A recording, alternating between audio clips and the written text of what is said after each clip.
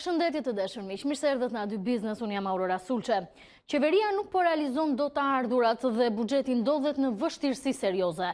Të dhënat e 9 mujorit të këtij viti tregojnë se nga tatimet dhe doganat, dy agjensitë kryesore fiskale janë mbledhur 231.3 miliard lek ose 7.4 miliard më pak se sa plani. Një situatë që nuk premton asgjë për mirë, duke pasur parasysh edhe borxhet e konsiderueshme të krijuara gjatë viteve të fundit, që sipas të dhënave të vetë Ministrisë së Financave llogariten në mbi 4.8 miliard lek, teksa kontrolli i lartë i shtetit flet për shuma në mbi 60 miliard lek. Nëse përfshim këtu edhe borxhet e bashkive, vendimet e gjykatave për largimet e padrejta nga puna, vendimet e gjykatave ndërkombëtare për çështje të ndryshme. Po ku mungojnë para, cilat janë zërat? Ndjekim materialin. Në kulmin e aksionit kundër informalitetit, qeveria dështoi të realizonte planin e të ardhurave në buxhet. Sipas të dhënave të Ministrisë së Financave, për muajin shtator tatimet dhe doganat mblodhën 5.8% më pak të ardhura se plani. Kjo e çon boshllokun për 9 mujorin në 7.4 miliard lek, shifër e pamundur për të kompensuar në 3 muajt e mbetur. Ajo çfarë shihet si më shqetësuese është rënja dramatike e TVSH-s së mbledhur nga tatimet, që njihet si TVSH e brendshme dhe tregon konsumin në ekonomi. Për muajin shtator, të ardhurat nga KZ janë vetëm 1.8 miliard lek, apo 45% më pak se plani. Nga ana tjetër, arkëtimet nga doganat janë edhe më larg planit, të ardhurat nga akciza, TVSH-ja e importit dhe taksat doganore janë të gjitha në rënje. Për muajin shtator nga ky institucion mungojnë 1.3 miliard lek, ndërkohë që për 9 mujorin dëmi arrin në rreth 5 miliard lek. Për të kompensuar të ardhurat e dobta në buxhet, qeveria vazhdon të kursejë tek investimet publike, që në 9 muaj janë realizuar vetëm në masën 46% të planit vjetor. Por gjatë shtatorit, qeveria ka ndërhyrë edhe në reduktimin e shpenzimeve të tjera, si pagat e administratës, subvencionet, ndihma ekonomike, pagesa e papunësisë të tjera.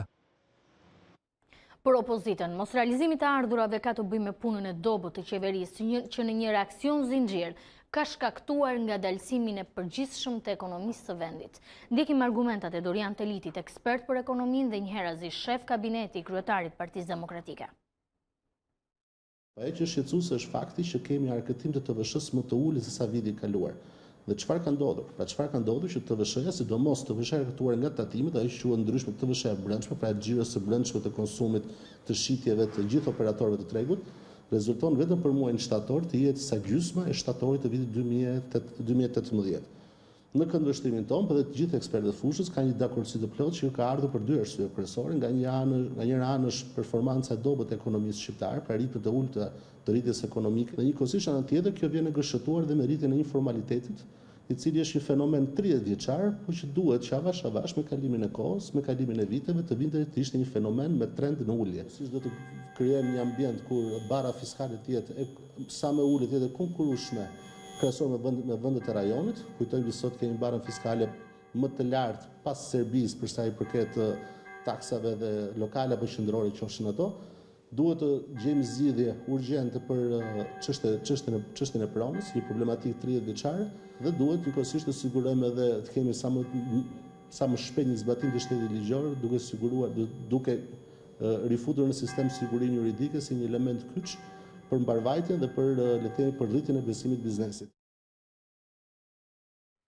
E në fakt, situata me buxheti duket se është alarmante. Gjatë paraditës së sotme ka pasur dhe një deklaratë nga përfaqësuesit e dy institucioneve financiare ndërkombëtare, Fondit Monetar Ndërkombëtar dhe Bankës Botërore, për sa i përket detyrimeve të prapambetura. Pasi problematike nuk është vetëm fakti që nuk realizohet buxheti. Kjo gjë mund të kenë ndodhur edhe në vitet e mëparshme, por nëse kësaj grope do të shtohen pasaj edhe borxhet, që sipas KLSH-s unë thashë përmenda, arrin në mbi 60 miliard lekë dhe ku përfshihen detyrime të tilla si mosrimburshtimi i TVSH-s që automatikisht krijon probleme për likuiditetin e bizneseve, vendimet e gjyqësorit, borxhet që bashkitë ju kanë pastaj bizneseve private për kontratat në rrugë apo kontratat e ndryshme të shërbimit, pa përmendur këtu vendimet e arbitrazhit, atëherë situata e borxheve bëhet alarmante e kjo e thellon akoma më shumë gropën në buxhet. Për këtë arsye, FMN dhe Banka Botërore nëpërmjet përfaqësuesve të tyre në Tiranë kanë kërkuar sot shlyerjen urgjente të këtyre detyrimeve, një angazhim që publikisht është marrë edhe nga Ministri e Financave Anila Denaj, e cila ka ka deklaruar që pavarësisht situatës së vështirë me mos realizimin e të ardhurave nga tatimet dhe doganat,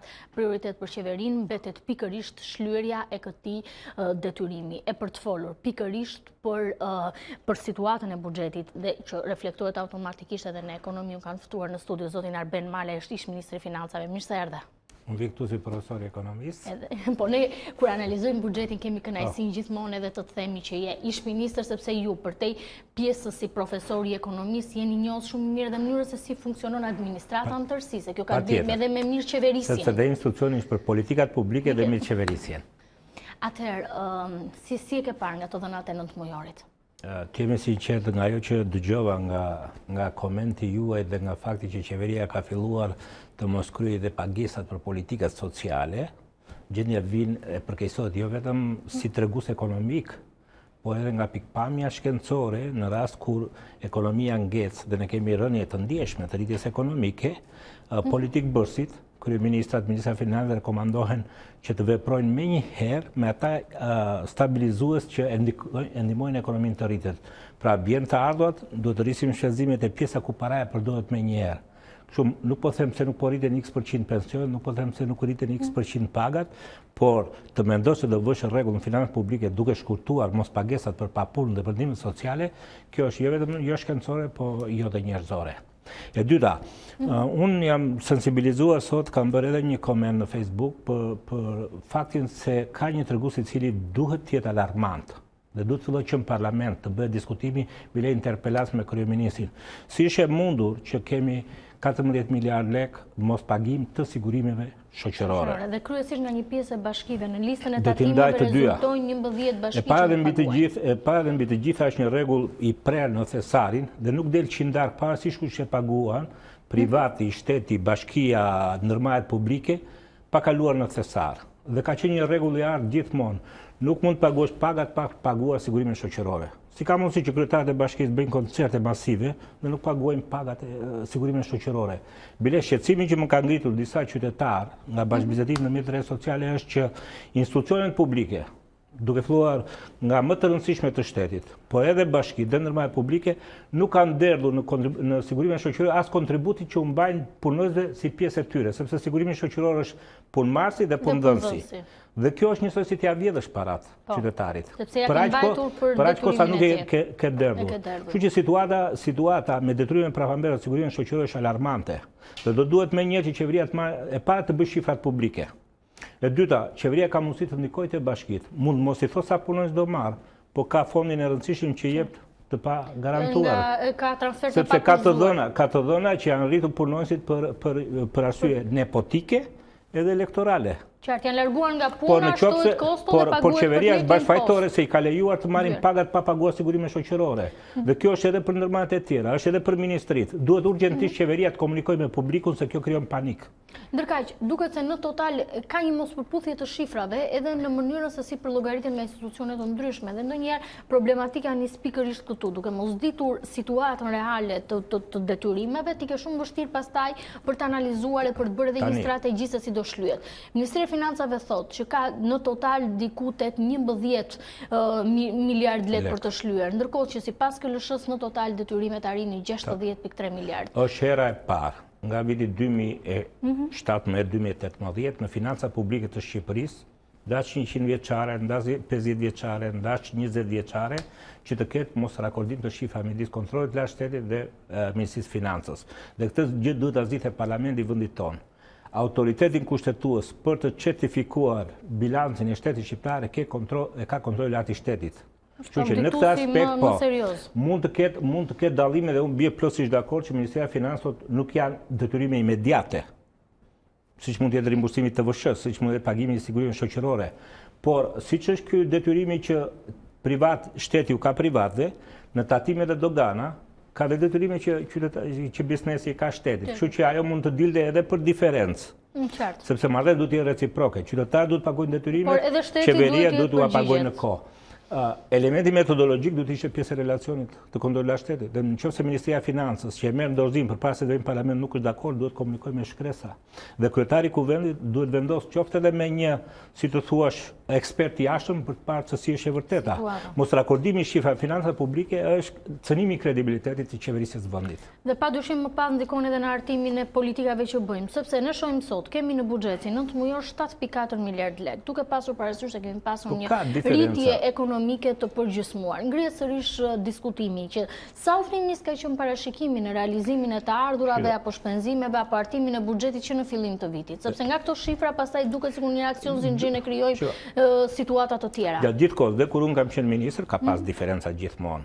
Për të ruajtur stabilitetin e financave publike, në zërin e buxhetit kur miratohet në parlament, sepse vetëm parlamenti ka autoritetin e taksapaguesit dhe qytetarit për të vendosur sa do të jetë borxhi, sa do të jenë të ardhurat, sa do të jenë shpenzimet. Mund të ketë një vlerësim optimist, por në buxhetin e shtetit ka një zë, jo rezervë. Rezerva është për fatkeqësinë atyre kontingjenca që bën për kompensim. Në qoftë se nuk realizohen të ardhurat, të mos shkurtohen. Ajo që nuk duhet bëj kur qeveria është që kur nuk realizohen të ardhurat, të mos presti investimet, pres shpenzimet, të mos bëj investime për zyra, për ndërtesë, pajisje, logjistikë. Po jo për investimet kapitale, për shërbime. Jo, se në qoftë se pritet investimet kapitale në arsim, në shëndetësi, në bujqësi, në infrastrukturë, atë rritja ekonomike vritet dhe Dhe këtu kemi në fakt, zoti Malaj, të ardhurat nga tatimet, për të bërë një analizë se si paraqiten ecuria performanca e tatimeve dhe administratës doganore. Po të shohim TVSH-ja nga 3 miliard lekë që ishte parashikuar, si 9 mujon mbritet vetëm 1.8 miliard, TVSH-ja brendshme, kryesisht ajo që mat konsumin. Tatimi mbi fitimin që mund të japi deri diku një vlerësim për situatën e bizneseve nga 3 miliard në 2.7 në 2.5 e realizuar, tapi të ardhurat tatimi mbi të ardhurat personale. Këtu duket sikur është tejkaluar, duket sikur pagat e larta janë ato që përmbajnë aktualisht buxhetin dhe taksat nacionale. Unë besoj se nuk janë pagat e larta, se tatimi të ardhurat personale i zë të gjitha pagat. Po 23% që është ai që paguhet më shumë. Po ta dish numri aty që paguhen 23% është relativisht i vogël. Nuk ka mundësi që një numër i vogël të bëjë një diferencë me 2.3 miliard. Po si e shpjegon faktin që në gjithë zërat duket sikur janë këta me dy fishim gati. E para mbi të gjitha kërkoj një mirëkuptim që nuk mund të bësh një analizë me të dhëna një vjeçare. Do të ishim 5 vjeçare për të parë si ka ecur çdo tregues. Ta marrim te TVSH-ja. Te TVSH-ja, ai sa un kam folur me kolegët edhe në Ministrinë e Financave thonë që kemi bërë rimbursime më shumë pasi kanë qenë shumë rimbursime të mbarshme, se kjo është për neto.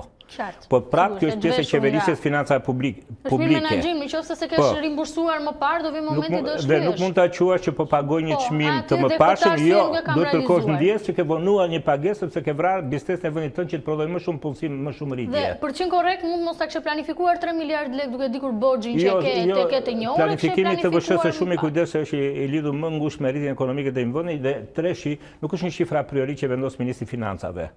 Ka shumë struktura që nga statistika, që nga drejtoria makro, që nga drejtoria për gjithë tatimet doganave. Pra, le të themi që ka ndikuar edhe fakti që ekonomia le të themi shtkuru është përgjysmuar. Duhet parë, janë bërë pagesa të TVSH-s sepse ishin në prag zgjedhje dhe kishte interes. Dhe e vetmja gjë është transparenca. Nuk ka transparencë dhe shumë e vështirë të bësh analizë me shifra dhe unë kam shumë vështirë të flas për secilën nga ato shifra. Kërkoj mirë kuptim. Jo, sigurisht, por gjithsesi për të parë ne si gazetar bëjmë një analizë se ku mungojnë parat në buxhet, për të parë edhe një vlerësim, sepse patëm një situatë disa muaj më parë kur ishin dividendi i cili për shkak se ul nga 15 në 8% ishte ai i cili mbajti buxhetin. Kështu që këtë drejtim një gjë për ju, për taksapaguesit, për deputetët e vendit tim që kanë votuar dhe për qeveritarët. Dhënia fuqi prapambetuese e një politike tatimore është antikushtetuese dhe duhet detyrimisht të shkojnë në gjykatë kushtetuese që qeveritarët të mësojnë që kushtetuta nuk shkelet. Prandaj thashin atë moment ai u bë si valvull shkarkimi dhe në këtë drejtim vlen të analizohet edhe ecuria pas taksave. Këtë po them. Të ardhurat nga doganat, pra pam tatimet, shohim të ardhurat nga doganat. Taksa doganore të ardhurat mbiden më pak, nga TVSH-ja gjithashtu më pak, nga akciza gjithashtu, nga renta më pak paraqitet sërish, është e papërfillshme. Duket sikur TVSH akcizë kthehemi prapë te konsumi, te ekonomia reale. Patjetër. Dhe puna Puna e doganave, si thua, është pak më lehtë për t'i mbledhur detyrimet, puna e tatimeve është më e vështirë. Po paralajmëron doganat se atë që do ndodh në tatime. Bara që ka dogana shumë e vogël dhe përgjithsisht dogana në politika fiskale është për të lehtësuar, jo për të mbledhur. Fakti që mbledhin disa të në dogan ka të bëjë me sistemin fiskal.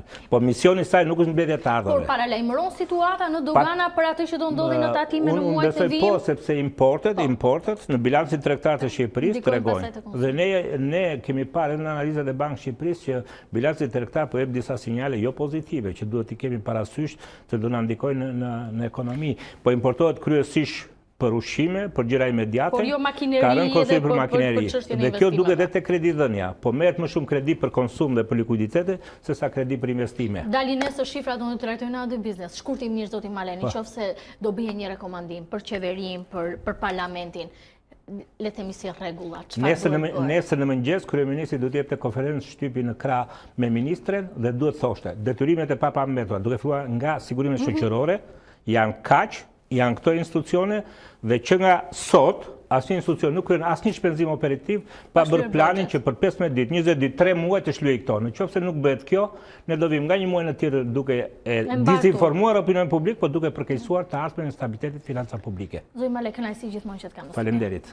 Faleminderit dhe ju të dashur miq që na ndoqët. Përpara se të ndahemi, ju ftoj që ndiqni grafikën me dhënat më të fundit nga tregjet Bashkimi nesër. Mirupafshim.